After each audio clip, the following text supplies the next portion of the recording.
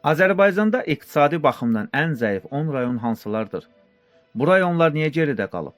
Paytaxt Bakı istisna əksər rayonlarda iqtisadi zəiflik müşahidə olunur. Bu da insanların Bakıya köçməsinə, rayonların, kəndlərin boşalmasına səbəb olur. Hansı rayonlar diqqətdən kənarda qalıb? Yerin Qulağı kanalı bu dəfə rayonların iqtisadi baxımdan durumunu araşdırıb. Bugün sizə iqtisadi baxımdan ən zəif 10 rayonu təqdim edəcək. Göstəricilər iqtisadiyyatın sənaye, kənd təsərrüfatı, meşə təsərrüfatı və balıqçılıq, tikinti, nəqliyyat və anbar təsərrüfatı, informasiya və rabitə, ticarət, nəqliyyat vasitələrinin təmiri sahələrini əhatə edir. Bu rayonlar niyə geridə qalıb? Səbəblər coğrafiyadırmı, yoxsa imkanlarda? Gəlin birlikdə baxaq.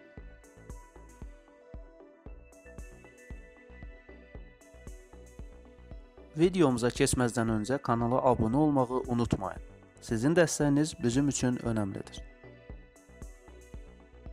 10-cu yerdə Astara rayonu gəlir. Astara sərhəd rayonu olsa da, iqtisadi göstəricilərdə son sıralardadır. Sənaye zəif inkişaf edib. Kənd təsərrüfatı əsasən sitrus və çay ilə məhdudlaşır. Ticarət mövsümidir, daimi gəlir yaratmır. Əhali var, potensial var, amma iqtisadi dövriyyə zəifdir. Ümumi məhsul buraxılışı, yəni gələn gəlir 273.621 manat təşkil edir. Bu illik göstəricidir. Eyni zamanda bəzi kəndləri də sürətlə boşalır. Hər kənddə çox sayda sahibsiz qalmış ev görmək mümkündür. Astaranın iqtisadiyyatı əsasən çayçılıq, sitrus bağları və balıqçılığa söykənir. Amma bu sahələrin də gəlirləri stabil deyil. Pensiya məbləği də çox aşağıdır, 411 manat təşkil edir. Turizm potensialına malik olsa da, turizmdən gələn real qazanc geniş əhali kütləsinə çatmır. 9-cu yer Göygöl rayonu. Göygöl təbiəti və turizmi ilə tanınır, amma turizm də mövsümidir. Sənaye demək olar ki, yoxdur, ticarət lokal səviyyədə qalır. Bu da ümumi iqtisadi göstəriciləri aşağı salır. Ümumi məhsul buraxılışı, yəni gələn gəlir 266.939 manat təşkil edir. Əhali sayı 70.000 nəfərə yaxındır. Rayonun əsas təsərrüfat fəaliyyəti taxılçılıq, kartofçuluq, maldarlıq, qoyunçuluq, meyvəçilik, tərəvəzçilik, arıçılıq, quşçuluq və üzümçülük təşkil edir. Göygöl rayonu füsunkar təbiəti ilə yanaşı, tarixi və mədəniyyət abidələri ilə də zəngindir. Rayon ərazisində 12-ci, 14-cü, 16-cı və 19-cu əsrlərə aid 31 yerli əhəmiyyətli tarixi və memarlıq incəsənət abidələri mövcuddur. 8-ci yerdə Samux rayonu gəlir. Samux rayonunun əhalisi 60.000 nəfərdən çoxdur. Ümumi məhsul buraxılışı, yəni illik gələn gəlir 204.478 manat təşkil edir. İş imkanları aşağıdır. Ona görə də iqtisadi baxımdan çox inkişaf etməyib. 29 kəndi var. Ərazisi 1455 kvadrat kilometrdir. Rayonda işləyənlərin sayı da aşağıdır, 5600 nəfər. Rayonun kənd təsərrüfatının əsasını üzümçülük, heyvandarlıq, taxılçılıq və həmçinin tərəvəzçilik, meyvəçilik təşkil edir. Bu yerdə üzümçülük geniş inkişaf edib. Rayonda yaşı 100 illiklərlə ölçülən unikal təbii abidələr, çinar ağacları var. Bu ağaclardan birinin yaşı 1200-1300 ildir. Samux adının mənşəyi qədim Alban toponimləri ilə əlaqədar olub, meşəlik, ağaclıq mənasını verir. 7-ci yer Qax rayonu. Qax Azərbaycanın turizm baxımından ən çox inkişaf edən rayonlarından biridir. Eyni zamanda ən aşağı əmək haqqı olan rayonumuzdur. Ümumi məhsul buraxılışı, yəni gələn gəlir də aşağıdır, 190.202 manat. Savadlı insanlar yetişdirmələri ilə də seçilirlər. Turizm mövsümü olduğundan insanlar iş üçün Bakıya üz tuturlar. Kənd təsərrüfatı potensialı güclü rayondur, amma gəlir səviyyəsi çox vaxt kifayət etmir. Qax turizm və təbiət rayonu kimi tanınır, amma sənaye yoxdur, kənd təsərrüfatı xırda təsərrüfatlara söykənir, nəqliyyat və logistika zəifdir. Pul qazanılır, amma böyük dövriyyə yaranmır. 6-cı yerdə Zərdab rayonu gəlir. Zərdab Azərbaycanın ən kasıb rayonlarından biridir. Kasıb rayonlarla bağlı videomda ayrıca bu haqda qeyd etmişəm. Əhalisi 60.000 nəfərdən çoxdur. İşləyən əhali sayı 5600 nəfər təşkil edir. Bu da çox aşağı göstəricidir. Rayonda iş yerləri çox azdır. Ümumi məhsul buraxılışı, yəni illik gələn gəlir 171.220 manat təşkil edir. Paytaxt Bakıya və digər yerlərə iş üçün üz tuturlar. Əhalinin 23% şəhərdə, 77% isə qəsəbə və kəndlərdə yaşayır. 40 kəndi var.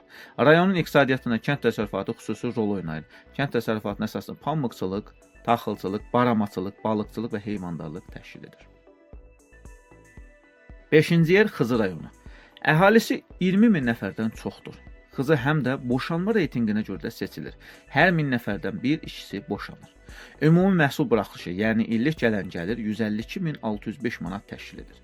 Azərbaycanın dağ rayonları arasında Bakıya ən yaxın olan Xızıdır. İri meşəlik ərazilərə malik olan rayonlardandır. Xızı əhali baxımından da azdır sayı. İqtisadi baxımdan da. Dağlıq ərazi, kənd təsərrüfatı məhduddur. Ticarət və xidmət sektoru zəifdir. Rayon əsasən subsidiya və dövlət xərcləri ilə yaşayır. 4-cü yerdə Oğuz rayonu gəlir.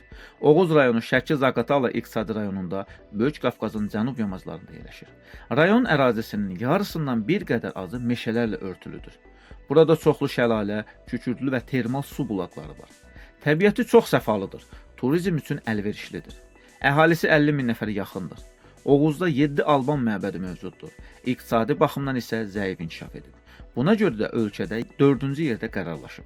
Ümumi məhsul buraxılışı, yəni illik gələn gəlir 147.469 manat təşkil edir. Rayonda potensial var, ancaq az istifadə olunur. 3-cü yerdə Qobustan rayonu. Qobustan deyəndə hamının ağlına qədim tarix, qaya təsvirləri, tarixi abidələr gəlir. Amma gündəlik həyat tam başqadır. Əhalisi 50.000 nəfərə yaxındır. Rayonda bir şəhər, bir qəsəbə olmaqla 31 kənd var. Əhalinin əksəriyyəti kəndlərdə yaşayır. Ümumi məhsul buraxılışı, yəni illik gələn gəlir 145.498 manat təşkil edir. Bakıdan 101 km aralıda yerləşir. Rayonun böyük ərazisi quraq dağlıq zonadır. Yağış az, su qıtlığı isə daimi problemdir. Elə kəndlər var ki, yayda su saatlarda verilir. Torpaq kənd təsərrüfatına imkan yaratmır. Turizm isə əsasən muzey ətrafında cəmlənib. Kəndlərə təsiri yoxdur. Çox adam səhər tezdən çıxıb Bakıda işləyir, axşam qayıdır. 2-ci yerdə Lerik rayonu. Azərbaycanın ən çox kəndi olan rayonlarından biridir. Lerik'in 161 kəndi var. Əhalisi 100.000 nəfərə yaxındır. İşləyən əhali sayı isə çox aşağıdır, 4900 nəfər. Bu da ümumi ölkə üzrə aşağı nəticələrdən biri sayılır. Rayon sakinlərinin çoxu paytaxt Bakıya köçür. İş dalınca gəlir, iş yerləri isə çox azdır. Ümumi məhsul buraxılışı, yəni illik gələn gəlir 142.648 manat təşkil edir. Rayon təbiət olaraq çox möhtəşəmdir.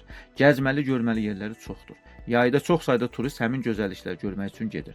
Hazırda bu rayonda yaşı 100-ü keçmiş, lakin hələ də əmək qabiliyyətini saxlamış onlarca insan yaşayır. Ölkəmizin ən çox uzun ömürlü insanı bu rayonda yaşayır. Və 1-ci yer. Azərbaycanın iqtisadi baxımdan ən zəif inkişaf edən rayonu, Yardımlı rayonudur. Ümumi məhsul buraxılışı, yəni illik gələn gəlir 106.441 manat təşkil edir. Yardımlı Azərbaycanın ən çətin coğrafiya sahib rayonlarından da biridir. Dağlar, sıldırım yollar, qış aylarında keçilən kəndlər. Pensiya məbləği də çox aşağıdır, 413 manat təşkil edir. Yəni pensiya da çox aşağı məbləğdə alırlar. Rayonda kənd təsərrüfatı zəif inkişaf edib, çünki torpaqlar dağlıqdır, sənaye demək olar ki, yoxdur. Məşğulluq əsasən mövsümi işlərlə məhduddur. Çətindir, risklidir, gəliri azdır. Bu şərait yaşlı əhali üçün vəziyyəti daha da ağır edir. Onların çoxu uzaq kəndlərdə yaşayır. Həkimə getmək üçün 20-30 kilometr yol qət etməlidirlər. Aşağı pensiyeli yaşam daha çox mübarizəyə bənzəyir.